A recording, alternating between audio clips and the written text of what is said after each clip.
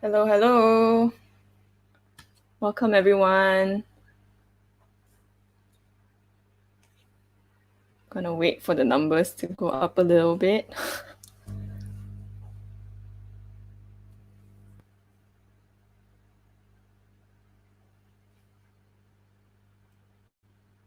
Hi. Okay, we have people coming in. If you guys can hear me clearly, say hi in the comments. Leave me a reaction emoji so I know that you can hear me and you're listening.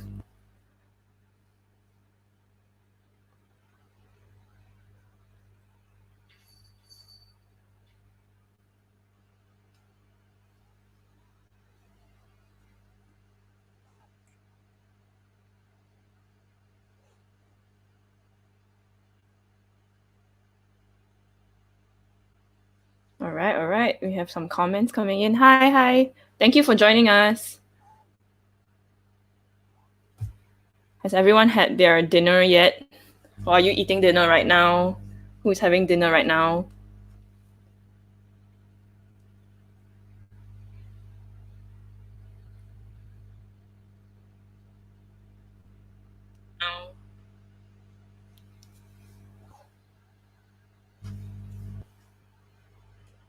Okay, we'll wait for a couple more minutes, like the usual, to get more people to wait for more people to come in.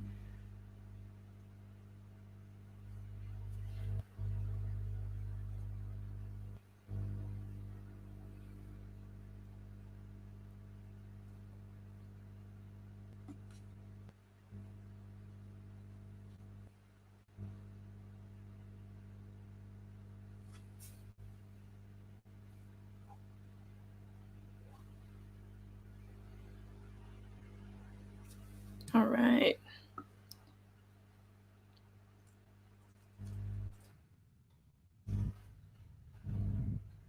We have more. One more minute, and then we'll start. So I won't take too much of your time.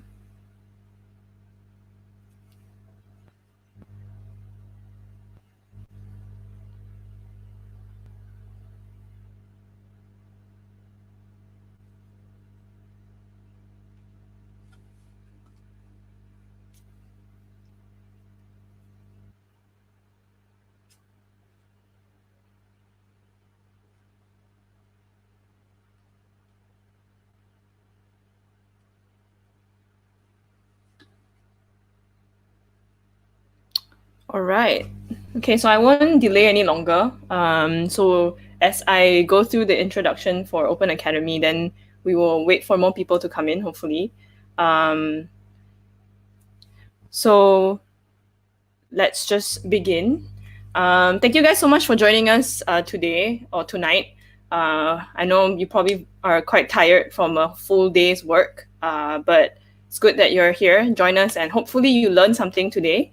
So, before we actually go into the actual topic, which is Adapt or Die digital adoption for SMEs, I would like to kind of give you a short intro about Open Academy, which is the Facebook page that you're currently on now. As you can see on the screen, Open Academy is actually the education arm for Open Minds, and Open Minds is the marketing technology company that has been in the industry for about 8 years now.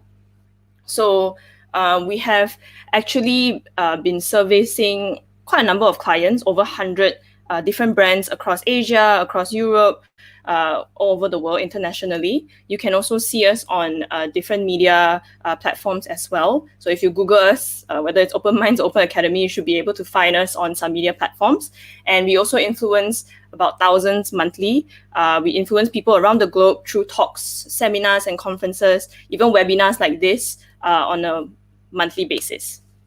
So just to give you a quick intro into Open Academy about what we are and what we stand for. So as you can see on the screen, no fluff from client to classroom. What we bring to you is real life insights, practical insights from practitioners within the industries to you, right? So from experiences that they have dealt with, they have experienced with clients, we bring these insights to you. As you can see also, we also want to have a credible cross-industry alumni network because we've been in the industry for about 8 years now. So we have a lot of partners, a lot of connections that we can actually introduce to our alumni and also bring them together. We also will provide you with access to lifelong support. So we are still very much in contact with a lot of our alumni, our students. We still support them. So if they have any questions about things that they're unsure with, whether it's digital marketing, tech, and whatnot, they still reach out to us. So we give you this kind of lifelong support. So that's it actually for my quick introduction of Open Academy. If you have any questions that you want to know more about Open Academy, you will be able to see the contact us form later, so you can fill it out. Let us know if you're interested to find out about certain things, join a particular course, know more about the webinar. So I'll be moving on to the speaker now. So today's speaker is actually Jen Wong. I think you're already very familiar with him. He is the founder and online strategist at Open Minds. Just some key highlights of his achievements. He's been featured under Forbes 30 Under 30 Asia. He's a 2 times TEDx speaker. He is also sitting at the advisory board of 2 universities. He is also a mentor. I'm not going to elaborate even further. His achievements are all listed there and it's very long. But without further ado, let me bring the speaker in. And over to you, Jen. All right. Good evening, everybody. Thank you so much for tuning in at 8 p.m. I know we have always been tuning at 8 p.m. and even during the MCO phase. And right now, although I'm sure a lot of you have already returned to work and still you're spending this next 1 hour together with us, in which I'm very, very grateful. I promise I wouldn't take long. In fact, when I was preparing this particular topic, I made it very clear that it would not just be another topic on digital transformation or digital adoption, because these are topics that I'm sure you've been hearing a lot, like seriously a lot through this phase, right? I think the past 2 to 3 months, even for myself, I've been attending other webinars and everybody's been talking about how technology is important. We should adapt to technology. We should use technology. We should transform, and there's all these buzzwords being thrown around. And I think a lot of us, if you are like me, attending and listening to so many different speakers, this whole topic of digital transformation and pivoting can be a little bit either very complex, very confusing, or it has become a little bit annoying, right? And it's because of this, then I decided that, hey, why not let us just have one very quick session, which is today, for us to just demystify what this digital transformation is, and is it really as complex as it is? But at the fundamental level, right, what I really want to tell you is that digital transformation is actually just a buzzword if you're not able to have the right mechanics in place, the right tools in place, and the right people in place to actually adopt the usage of it. At the end of the day, if there's nobody is going to utilize whatever that's being created, this whole transformation process will fail. In fact, one of the statistics shown us, right, that this digital transformation process in most companies, 7 out of 10 actually fail. And I'll tell you why very, very shortly. First and foremost, some misconceptions, right? So the first misconception I want to talk to you today is that many people think that digital transformation means that you will need to transform the entire company, meaning that you need to uproot all legacy systems, you need to strip it apart, upgrade, put in a budget to revamp all the systems, all the processes, operational level, everything. That is actually not true. You do not need to transform the entire company just to adopt technology or to go through this digital transformation process. In fact, all you need is just to have the right tools for specific areas in your company. This means that as a company, you may only choose to transform certain parts of the businesses, certain very focused areas, whether it's operations, whether it's sales, that suits your current needs. So if you're sitting down here wondering what are the different areas of the company that you can potentially transform or adopt technology, a list is appearing on the screen right now. It could be customer support. It could be marketing. It could be internal communications. It could be branding and awareness. It could be your sales cycle, your sales processes. It could be your internal operations, how you handle certain logistics or fulfillment or supply chain related matters. It could be personalization. How can you use technology to improve the level of personalization or customization to your customers. Or it could be email management. Maybe you've been collecting databases through the very manual, physical way where you send out forms and all that. How do you coordinate all of this information at one go in automated and time-saving manner? Or it could be as simple as integrating systems. Maybe you are already using some sort of a technology, but all you need is a small tweak to integrate them, to connect them so that it can perform even better. I hope this very simple diagram kind of shows you that digital transformation does not need to happen 100%. You can actually start off at any point of what you're seeing on screen right here, even as simple as just team communications. Or maybe just bringing some of your your offline awareness and marketing efforts into the digital world. That is already your first step into adopting digital channels. The second misconception is that many people think that going on this whole digital transformation process requires you to be highly tech savvy, meaning that you need a team of technologists, you need developers, you need to be familiar with codes, you need to understand infrastructure, architecture, cloud computing, and all this mumbo jumbo. But in fact, all you need for a successful digital transformation process or a successful digital adoption process is to have higher support from your entire team. From the top all the way to the bottom, there needs to be great support and adoption of the technology. This means that it's not just about the tools, the right tools that you need to implement. It's not about how you will roll it out, but actually it's a people question. Digital transformation and digital adoption is all about people. How can you help them buy into the bigger picture of why should they even go through this process? Especially when you are a company that maybe has been around for a couple of decades. You may already have some processes in place. You may already be using certain systems where your entire organization is pretty much very used to it. It could be as simple as a POS machine, or how they manage their inventory, how they communicate with their suppliers, how do they keep stock. All these things could already have an existing system in place, whether it's manual or digital, regardless, an existing legacy system in place. Therefore, us as humans, as users, have got accustomed and comfortable with some of these systems out there. Therefore, the question is all about helping me as a consumer or me as a user to understand, why should we make the shift? How would this help me? Or even more important, will this even make my job redundant the moment you implement some of these applications or some of these systems? The third misconception when it comes to digital adoption is that many people think it will cost a bomb. Somehow this term of digital transformation scares many people away, and people tend to have the impression that digital transformation is only applicable for enterprise level companies or huge corporates, multinationals, the huge companies out there, but that is also wrong. Yes, certain level of digital transformation and tools can cost quite a bit of money. That's fact. But at the same time, there are many tools out there, many free tools, in fact, are available for smaller teams.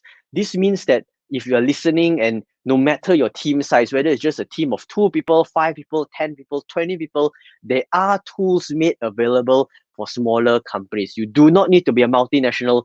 You do not need to have $1 million budget, because some tools even offer free services if you have team members of less than 10 or less than 5.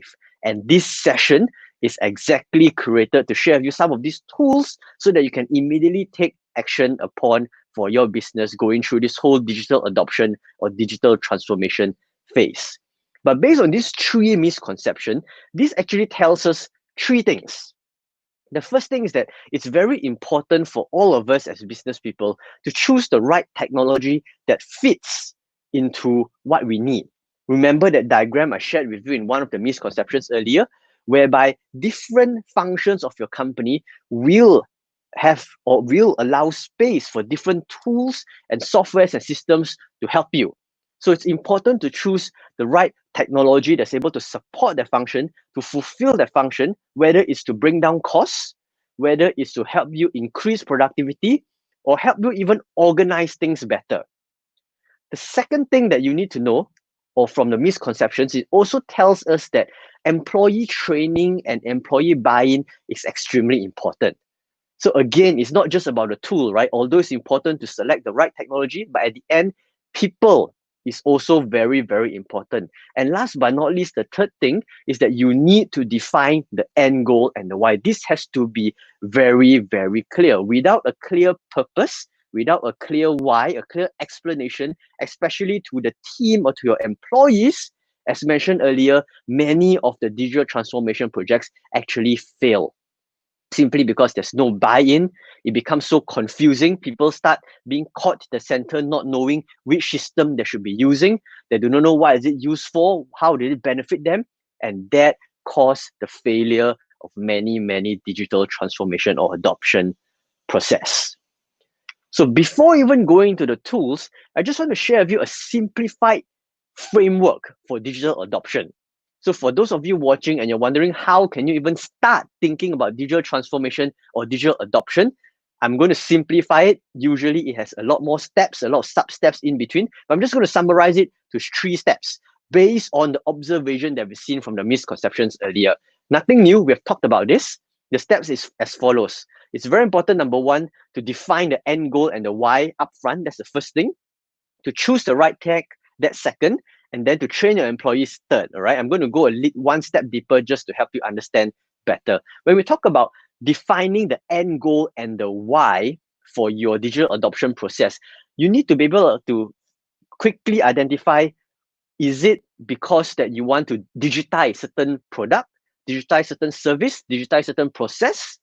Or maybe it's a way to reorganize data. Maybe data is very decentralized, it's very messy. Your files, the way you communicate, there are too many different tools, too many different softwares, operating systems around that becomes very confusing. Version is not syncing, and you really just want to put something in place to organize. Or is it something to automate?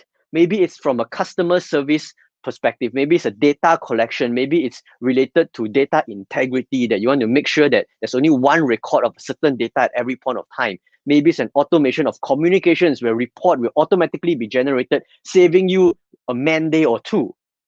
Or is it really just to streamline processes? Maybe you're looking towards going through digital adoption to cut down processes from 10 steps to 5 steps to 2 steps, combining some of these things. You need to define the end goal.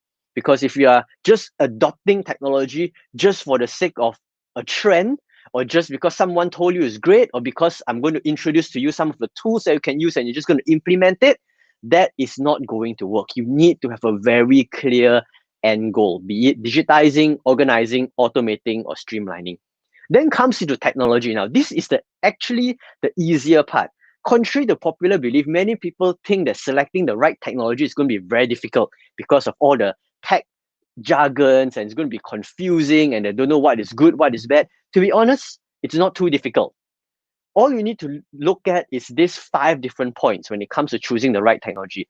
Cost is definitely a primary factor, be it whether you are a huge corporate or small SME 2-man team. Cost will still be a big factor in determining which tech to utilize. In fact, cost will also help you determine whether you are given the choice of developing a customized solution to yourself, meaning you're going to build this system, build this solution, build this new piece of technology so they can own them 100%, which is great if you have a lot of customized process. Or maybe you decide to go on a more enterprise complete solution that's able to cover end-to-end for entire business. Or if your cost or budget is not too big, then you can look at very specialized tools to help you either do some of these things that we discussed earlier, digitizing, optimizing, automating certain specific streams of work within your company. The second item to look at when it comes to choosing the right tech is then relevancy, right? You want to pick a tool that's relevant to your current process. That is the main reasons why a lot of companies actually spend money in developing a customized solution to them. Why is that? Is because sometimes these off-the-shelf solutions that we find, this software as a service where we subscribe on a monthly basis, may not be able to fulfill 100% of the requirement. Therefore, they want to look for something that's more relevant to them by developing from scratch. However, you may not necessarily need to start that way. You can always start by subscribing to some of these tools. And as you figure out which tool works best and what is the ROI, then you can decide whether to move into a custom system. And that's where you can be very specific with your requirements and specifications. Then, of course, come reliability. Be it whether developing something from scratch on your own or subscribing to a service, it's important to choose a service that's reliable. And the only way to do it is to look at case studies, look at the reputation of the company, do some research, do some comparison, because that would definitely help you. Then comes scalability. Some tools are great for smaller teams. They are designed in a way to cater for teams of 5, teams of 10, teams of 20. But the moment you scale beyond that, you may want to look at different alternatives. So when you look for a tool, pick one that's able to cater not just at your current size, but have some room for you to grow. Don't pick one that is 100% fits into your current mold, because the moment your team expands or the moment you require additional features, the migration process, the transition process can be a headache. So pick one that is sufficient, there's some room, they're comfortable for growth. And then when you really outgrow it, maybe 2 years down the line, 3 years, 5 years down the line, then you're able to pick a different tool that's able to support that scale. And last but not least, with every technology, it's very important to pick a tool that's the right support. Live chat is great. The turnaround time is great. You need to make sure that you're able to get in touch with the technical team should it have any downtime. Last but not least, the easiest point, but also the most complex to execute, is employee training and buy-ins, right? This point focuses on how will you engage your employees to get the buy-in.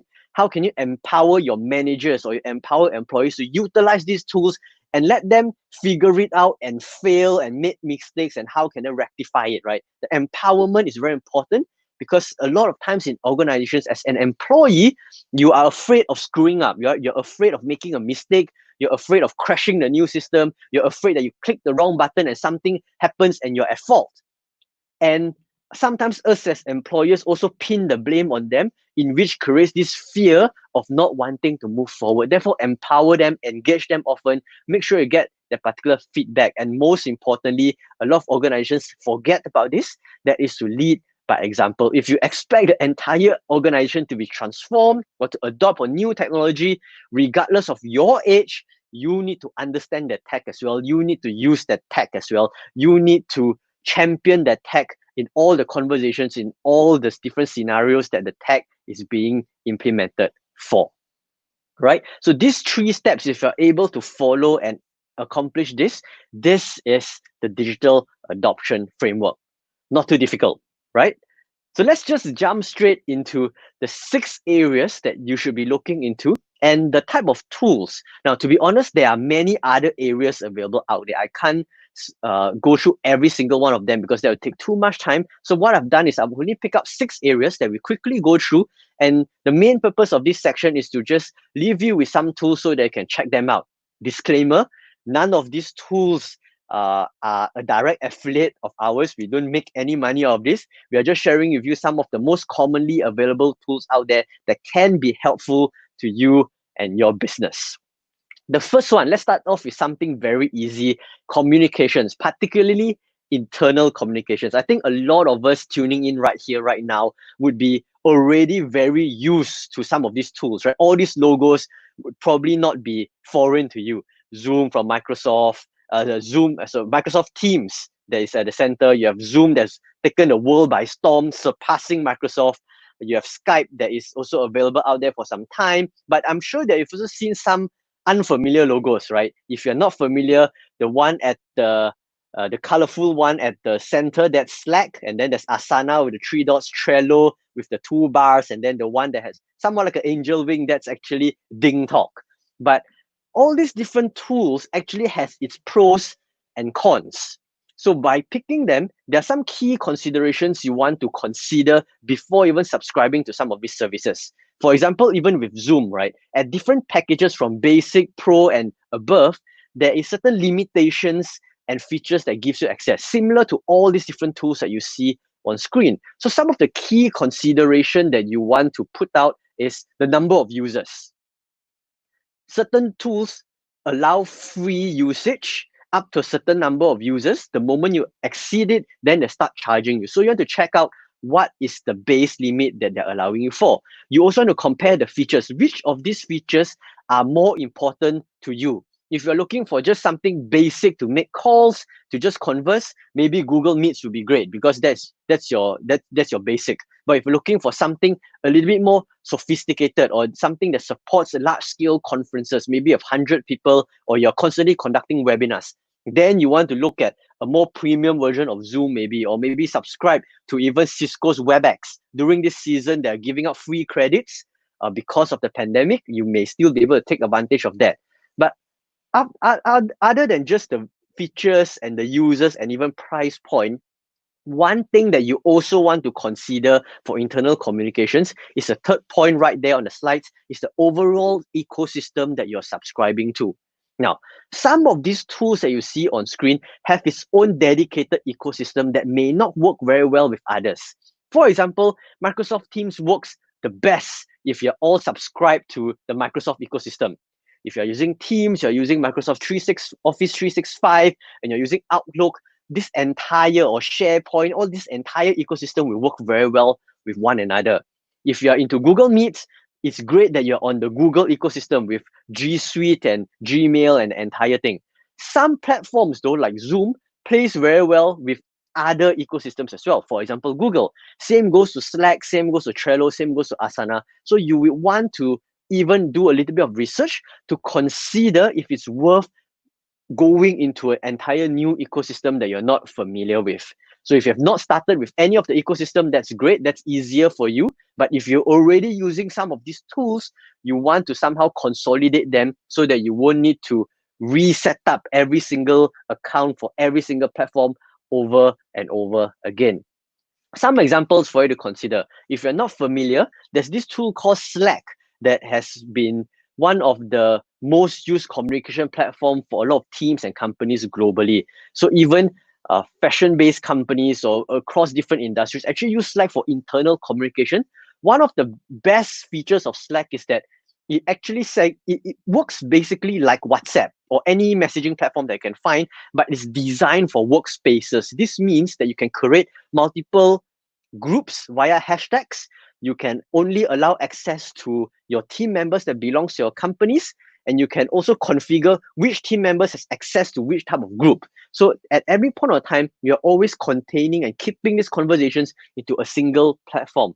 The best part here is that whenever a new member joins a group, he or she will be able to get access to all the past conversations that happened before him or her joining. So this is very different from joining a WhatsApp group, right? I'm sure we have come across this situation many, many times. We join a group and then somebody needs to screenshot all the past conversations, paste it, and all the different 20, 30, 50 people in the group be so annoyed seeing this reiteration of messages. In Slack, you won't face that. So it's great for onboarding new people.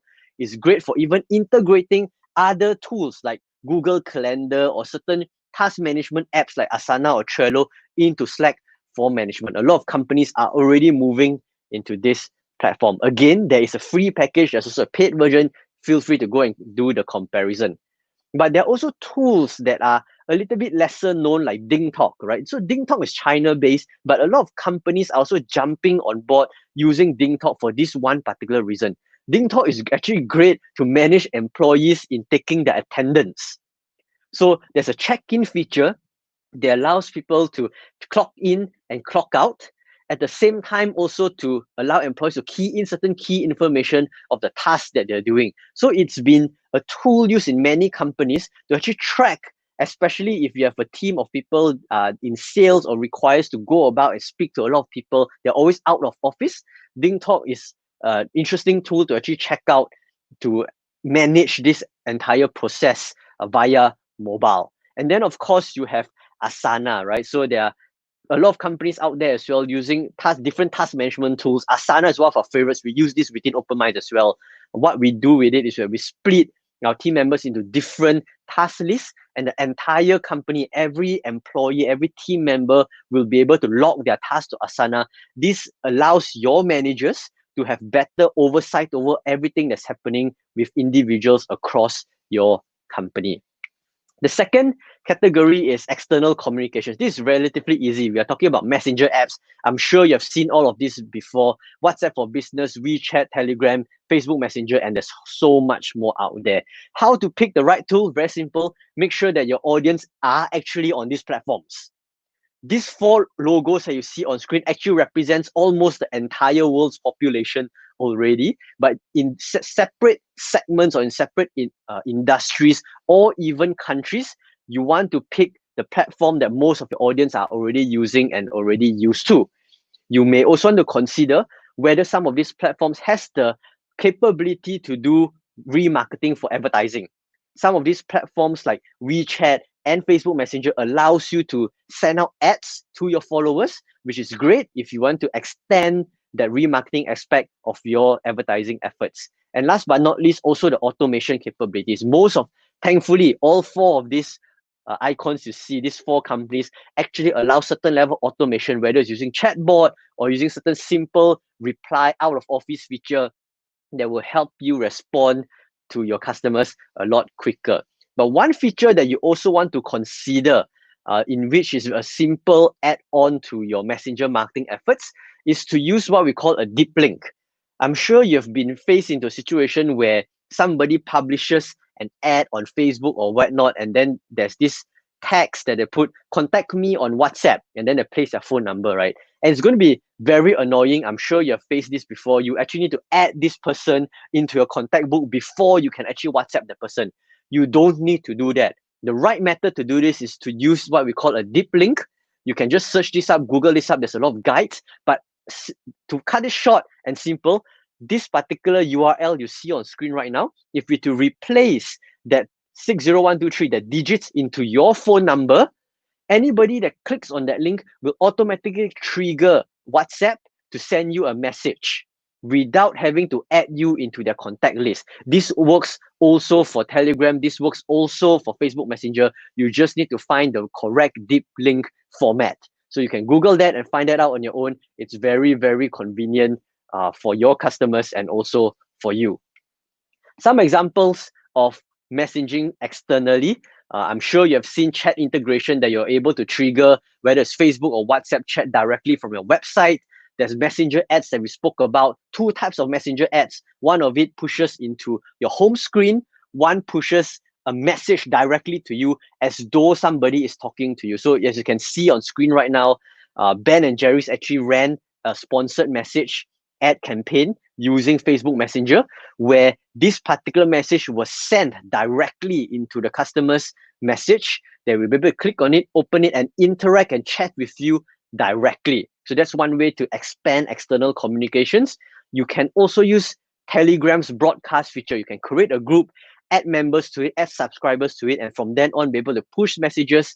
This feature is also very similar that you can be found. You can look for it on WeChat as well using the broadcasting feature through an official account. So all these different messaging platforms has its pros and cons, has different features that you can watch out for. Depending on your use case and need, these are great tools to look at. In Malaysia, just for your knowledge, in Malaysia and Singapore, WhatsApp is the dominant messaging platform, right? I think 98% of us actually have a WhatsApp account. The next most popular is actually Facebook Messenger, simply because all of us also have a Facebook account. The third in this region is actually WeChat for most of us. So if you were to consider relevancy, audience relevancy, these are the three platforms that you may want to focus upon depending on your market. The next area that we want to look at, the third area, is actually customer service. So when it comes to customer service, a lot of us know that it's a very tedious process. There's a lot of Q&As, and depending on the type of business, you may be receiving a lot of inquiries, a lot of problems that you or your customer may be facing. This can be solved by using an array of chatbots or support tools that's already available in the industry. Chatbots aren't exceedingly complicated. In fact, for most companies and industries, there are already chatbot solutions that you can implement through plug and play. But here are some considerations again. Number one, you want to consider whether a certain chatbot is able to automate that problem of yours. Some chatbots perform better in marketing. Some chatbots perform better in lead generation. Some chatbots perform better in automating FAQs. Some chatbots are great in guiding people through a series of questions. So you want to pick which chatbots are suitable for you, and you can always refer through the features or their case study page on all these chatbots platform. You also want to consider language support, because some chatbots and support tools only support English or only support some language that maybe your audience is not familiar with. So particularly if your audience are more familiar with Bahasa Malaysia or Chinese or certain dialect that is not supported by that particular chatbot tool, you may want to consider another platform. And last but not least, multi-admin could also be a very key feature, especially if you have a support team that is geared in handling such requests, because multi-admin allows multiple support personnel or agents to log in to manage. So some examples of support or automation is like what you see on screen right now, KLM. Not just KLM, but many other airlines provider. I know it's been a while since we all travel, but a lot of airlines providers have also adopted messenger or automated the whole delivery of boarding passes and updating you of your flight schedule through messaging platforms. KLM is one of them. Daniel Wellington, a popular watch brand that became famous because of their social media campaigns, uses this tool called Zendesk to handle all the customer complaints and conversations across all the channels, whether it's through chat, through email, through their website, and it all comes in. And they handle close to 400,000 complaints or tickets or inquiries monthly. Imagine them doing this on a one-to-one basis, they would faint. So Zendesk helps them to consolidate all the customer feedbacks and inquiries, and they are able to filter it out and assign it to 80 different customer support agents located globally. That's one of the main advantages. Chatbots can also be used in multiple situations, as you can see appearing on screen right now. Movement Watches, another watch brand, uses it for a chat assistant, right? So Facebook Messenger has the capability to be integrated with Shopify, an e-commerce platform that we'll be talking about slightly after this as well. This integration will allow your followers on Facebook to go to chat and immediately browse and look for recommendations of certain products through the chat itself, as you can see on screen. Ringgit Plus, also very interesting. You can actually sign up for a loan or credit card through chat. Post Malaysia, yes, Post Malaysia also uses chatbot for you to track your parcel. Domino's Pizza allows you to place an order for your pizza based on chat as well. And all these different features, right? It looks sophisticated, it looks amazing, it looks so friendly, and the automation seems great. But a lot of these things can already be done by some of these features provided by some of these tools. So you can check out Chatfield or ManyChat. These two are great tools that you should be referencing to. Of course, there are a lot more out there like FireChat and so on. Feel free to explore them. If you're looking for customer support tools, Zendesk and Zoho Desk are very popular as well within many countries. Another aspect in which is very simple, it's website building now. Websites are still very, very important in today's time because we still rely on search engine to discover new information, discover new businesses on different websites. So websites it's not obsolete, and building websites has never been easier, right? Some of these tools that you see on screen right now, like Wix and Squarespace, allows you to create a website in literally just minutes. WordPress, a slightly higher complexity, but allows you to build very powerful websites. In fact, the WordPress is one of the world's most popular content management system or website builder tool there is globally. 60% of the world's websites are built using WordPress if they're using a content management system. In fact, if you compare WordPress with Wix and Squarespace, right, WordPress is 60%, Wix and Squarespace is only about 2.7% or 1.9% each. The next biggest dominating content management system, second to WordPress, is actually a platform called Joomla, which is only 5.2%. So you can see the huge disparity, right? WordPress 60%, second is Joomla at 5.2%, and then Wix and Squarespace is a tiny 1.2% across the world. So you don't need to worry about it being an obsolete tool because many websites are still using it. And then the last one is Google Sites. It's free. It's Google's commitment to helping people build websites. Or it's relatively simple to use as well because the interface is very similar to Google Forms or Google Docs. You can try it out if you're just trying to build your first website. But if not, I would always personally recommend WordPress to be the go-to platform to build your website. And if you're thinking that, hey, WordPress look like a blog, it may not look nice, you'll be surprised because some of the world's most popular websites are actually built using WordPress. TechCrunch, some of you are tech enthusiasts, you probably know TechCrunch. They are built on WordPress as well. Walt Disney's website is also built on WordPress. Even Facebook's newsroom, where it used to send media updates or announcements, is also built on WordPress. So there are so many themes, so many templates on WordPress that can implement it. You can turn a WordPress site to even be an e-commerce site. So it's quite amazing that this particular platform, again, it's a bit challenging when you start, but when you figure it out, it's relatively easy. The next one is sales. E-commerce platforms. We've been mentioning e-commerce a little bit from the start of this particular session, but in short, when you are looking for e-commerce platform, you want to consider these three main things. One, the commission and transaction fees that some of these platforms choose. As you can see on screen, different platforms may have different commission rates. That's something that you want to be very aware of. You want to also be aware of the feature flexibility.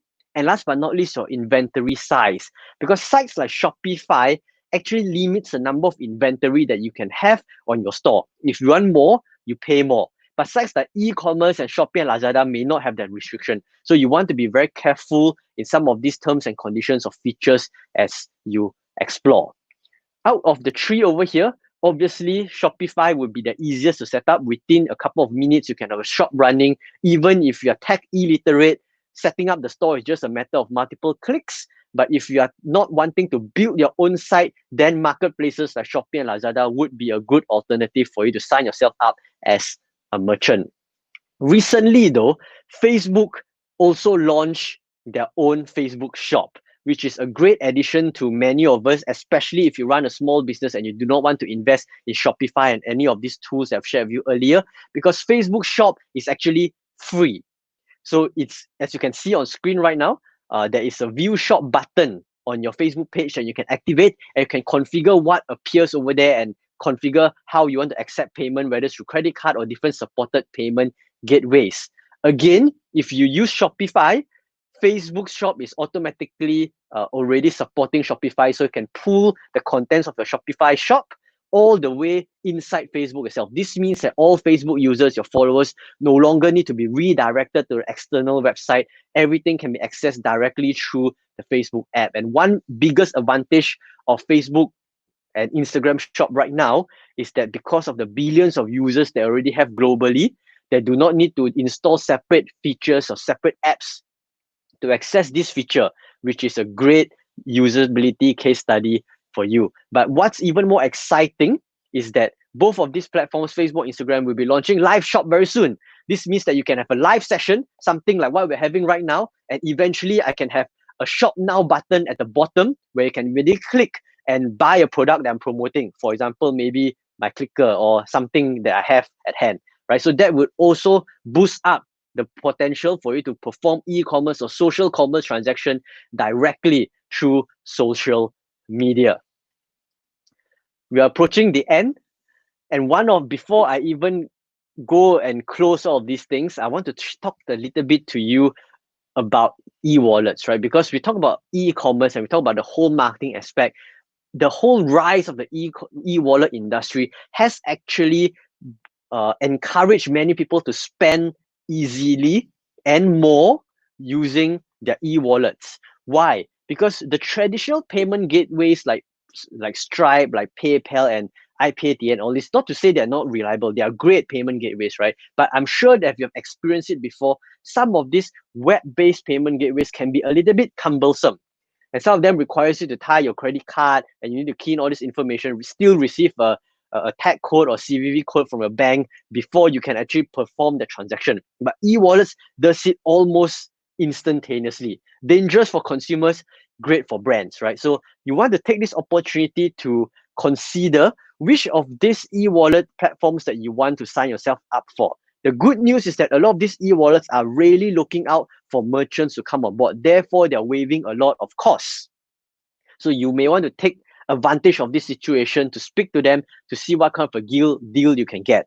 But so you just need to consider the commission. Most of them are offering 0% right now, which is great. You want to also look at the audience relevancy to understand which of these e-wallets is more popular in some of your audiences. And last but not least, some of these e-wallets will be able to help you to promote your brand or promote your product or promote your service, in which will be very helpful for you as compared to the traditional payment gateways. So many brands are already doing this. Local F&B retail outlets are already allowing you to check out and pay using GrabPay via a web-based interface.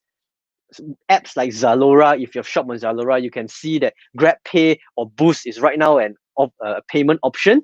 Or even if you're driving out to park somewhere, Jom Parking, and again, many apps are already supporting e-wallet. So integration of this requires a little bit of coding capabilities by something easily done. In fact, most of these providers, whether it's Grab, Boost, Touch and Go, or Razer, they would already have a documentation step by step teaching you how can you integrate it into your website or app.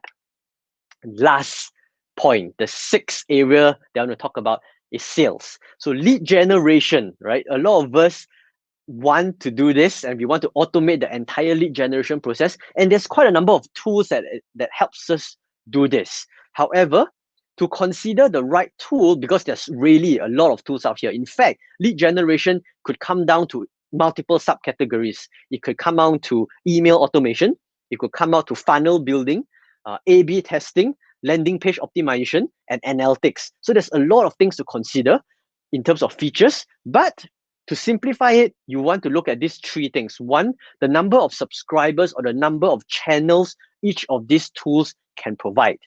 Because some of these tools will price themselves based on the number of subscribers or the number of users that is intending to use this particular tool. You want to look at your personal CRM requirements for your company, what is required. Sometimes some tools like Salesforce, for example, allows you to do a lot of powerful automation, but not every company will require a Salesforce type solution right now. So what is it that you require? Is it just an email blasting, or would you want to have some sort of automation in tagging some of these emails, or you want to do a little bit of remarketing, which is the third point on how complex of remarketing you intend to set up for your business when it comes to advertising and marketing. There's some tools that is already available that you can actually check out if you're just looking for email related campaigns, whether it's as simple as email blasting, or you are starting a subscriber list on your website where someone can key in their email address, click subscribe, and a thank you email goes out, a welcome email goes out. GetResponse and MailChimp, great tools to check out when you want to look at something a little bit more complex or something a bit more comprehensive, not just emails, but also looking at how you want to optimize your landing page. You actually want to do certain A/B testing between multiple websites or multiple images. ClickFunnels will be a great tool to it. Builderall will also be a great tool. So check these tools out. You may find something that suits your current budget, fits your current plan and purpose and relevancy to your audience. So I've been talking a lot, but in conclusion, out of these 6 things or even the more areas from how we started, you just need to understand one point. Digital adoption actually is not complex at all. It can, as I mentioned, it could start as small as just email. It could start as small as just communication. It could start as something so small as just e-commerce. The main thing that you need to look at is to focus at a need at a time. Ask yourself right now, if you want to go digital, what is the first area that you want to start off with? It could be an area that you want to reduce costs. It could be an area that you want to increase productivity, or it's an area that you want to increase reach, or it's an area that you want to reduce the time spent. You want to simplify, quicken time spent on certain tasks or certain operational processes. Start with that one thing. Find that one tool, start with one thing, and then decide to scale from there. That's it. That's the end of today's session. Is there any questions at all? All right. Thank you, Jen, for this very informative session. I hope you guys gain something, or at least are interested to maybe start using some of the tools that we suggested. It will be a very good start. Are there any questions at all?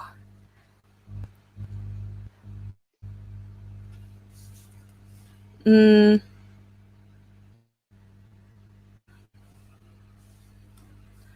all right. Maybe we can start off with this question.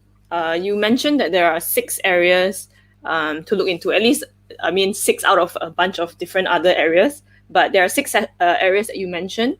If any SMEs could just pick one to look into first, which one should they choose, basically? Good question. To be honest, when it comes to digital transformation or digital adoption, right, there is no one area or one focus that is like the starting point, right? There's no one set area to start or something that's easier and all that. Like I mentioned, it really comes down to the current need of your business. For example, if you're saying that, hey, I'm looking towards going to online sales. I want to expand my sales channel beyond offline, beyond retail, and to go to something digital, then e-commerce would be your starting point. So that would then become your focus. But for some of you, you may be looking at it and say, hey, actually it's customer service. I'm spending a lot of time replying to comments, replying to all these inquiries, and it's taking a lot of my time. Then that would eventually become your focus area. So it's a need by need basis, and it differs from company to company. So you need to be very clear what is it you want to achieve first with your company and use that as a starting point. All right. I guess it's kind of just figuring out what your biggest headache or pain point is, maybe, just to kind of see if that is something that you want to solve or solve first. We actually have another question. Oh, it's a suggestion from the crowd. It says Google Forms seems pretty good for SME digitalization. What say you? Oh, actually, that's very true. It's not just for SME digitalization, but it's also a great way for a lot of companies to even start off in exploring what do they even need before they develop an app or commit to a system.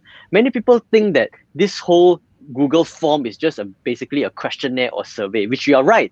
But it's also very powerful because you can also use it to, let's say, collect orders. Right? Let's say you're SME right now and you are planning to go on e-commerce, but you can't figure out the technicalities, or you need a bit more time to decide between Shopify to commit to the USD subscription, right? But to start off simply, you can always use a Google form, upload your pictures over there, allow people to place an order.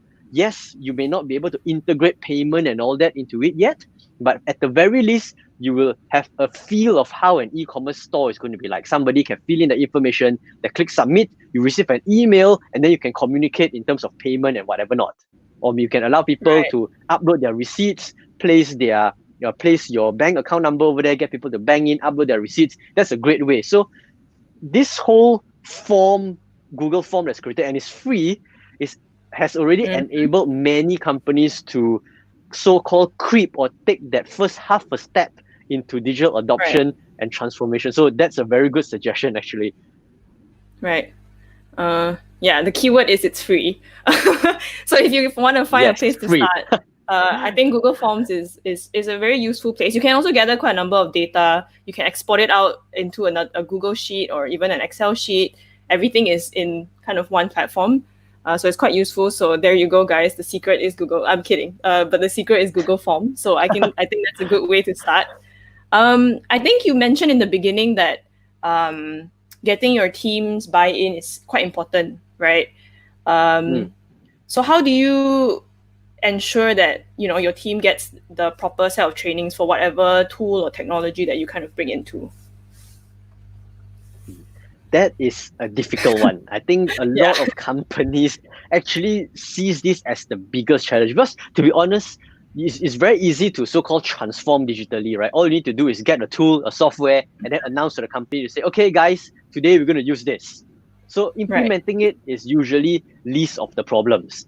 Getting people to use it is always the biggest problem.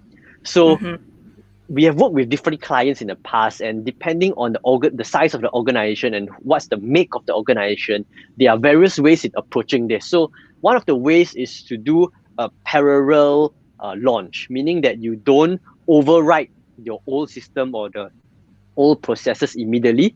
You actually run the new software, the new system, or the new app concurrently, so that Mm. people has always something to fall back to. So this means that the more digital adept or the more tech savvy can immediately hop to the new one, but the legacy system still runs for a couple of months behind, just for people to ease into the transition. At the Right. same time, it's also very important to have proper onboarding process, meaning that these training programs, this engagement that I spoke about earlier, to actually plan small group sessions to sit down with people that, especially that if they're greatly affected. This Mm. reminds me of one client that we had.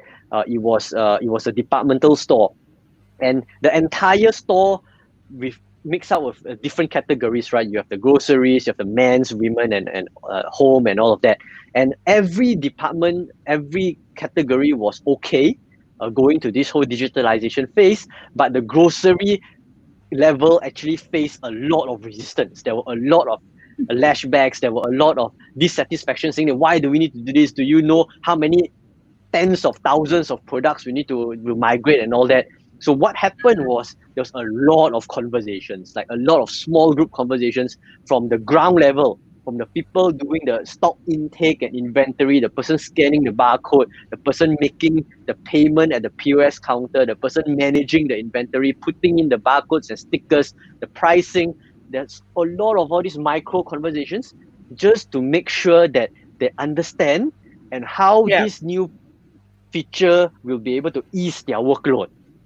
And Yeah. this took months for them to actually finally get into it, experience it. The keyword's experience, and then they Yeah. oh, okay, it's actually not too bad after all. So Right. there needs to be a hand-holding process, and this is where a lot of companies actually get a bit impatient. They will say things like, "So easy, just do it lah. You know what's so Mm. difficult?"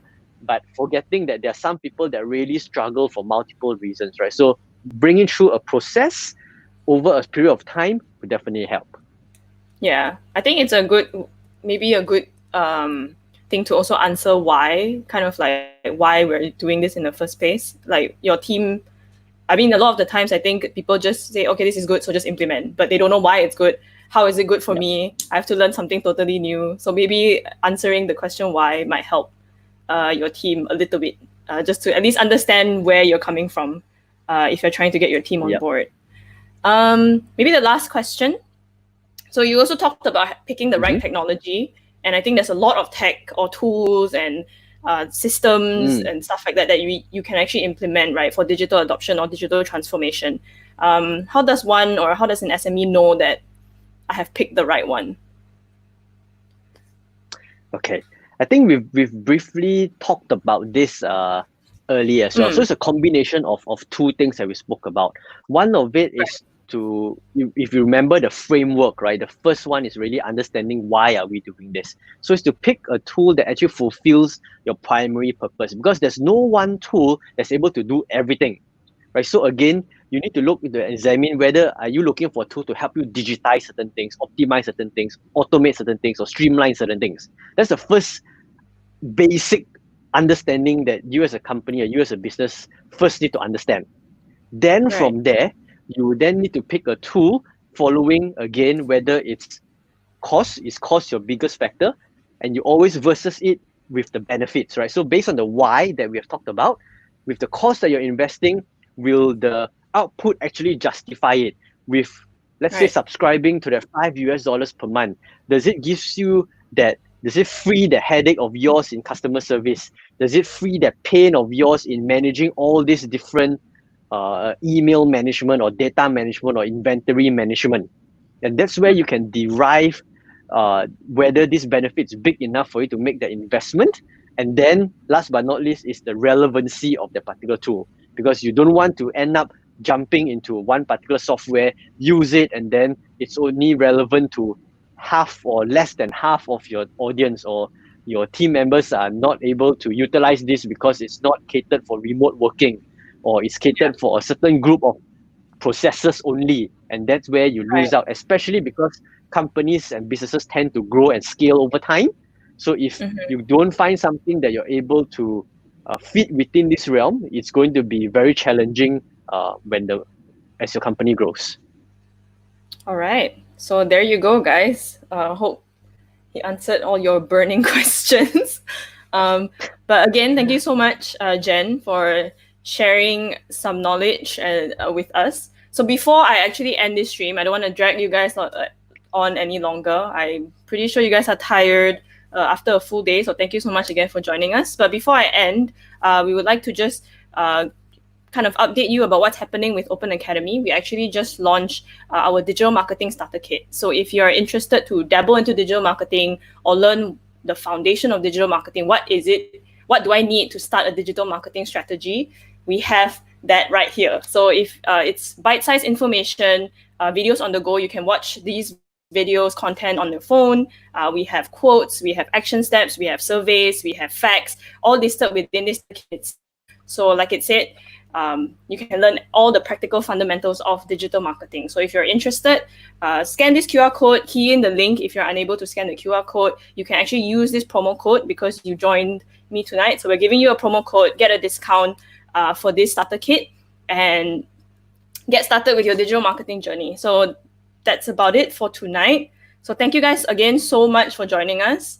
If you're interested to know more about more upcoming webinar sessions, please follow us on our Facebook page, our Instagram page, wherever you are, so you don't miss out on future sessions. You can key in that bit.ly link right there or the QR code just now to scan. Okay, thank you guys so much for joining us again. We'll see you soon. Thank you. Goodbye. Just leave this on a little bit longer.